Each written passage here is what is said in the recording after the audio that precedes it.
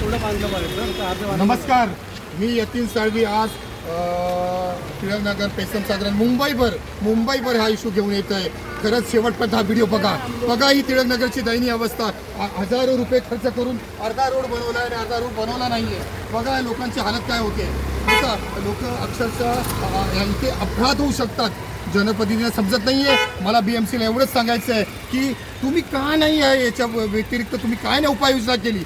ठीक आहे, तुम्ही अर्धा रोड बनवला, पण ते अर्धा रोड पाण्यामध्ये डुबला आहे. ते दाखवण्यासाठी तुम्ही काय सुरक्षाच्या योजना केल्या, काय गोष्टी केल्या. जसं काल झाड पडल्यानंतर BMCने एका मुलाचा मृत्यू झाल्यानंतर त्यांना जाग आली. महापौर मॅडम बोलतात की त्यांच्यावर ॲक्शन घेणार. मग यांच्यावर कोण ॲक्शन घेणार? या कॉन्ट्रॅक्टरला हजारो रुपये खर्च करून तुम्ही त्याचे पैसे भरून, आमचे टॅक्सचे पैसे भरून तुम्ही त्याला दिले. त्यांनी अर्धा रोड बनवला, अर्धा रोड नाही बनवला.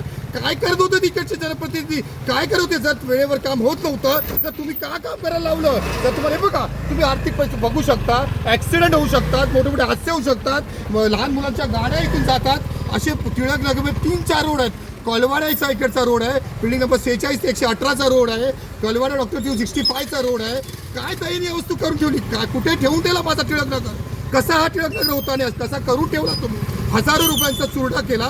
जनतेचा आवाज हा कोण आम्हाला नाही देणार? BMC कधी आम्हाला ही सिक्युरिटी करून देणार? जर तुम्ही काहीतरी योजना तरी करा, काहीतरी करा जिथून आमच्या योजना आम्हाला सुरक्षा वाचेल.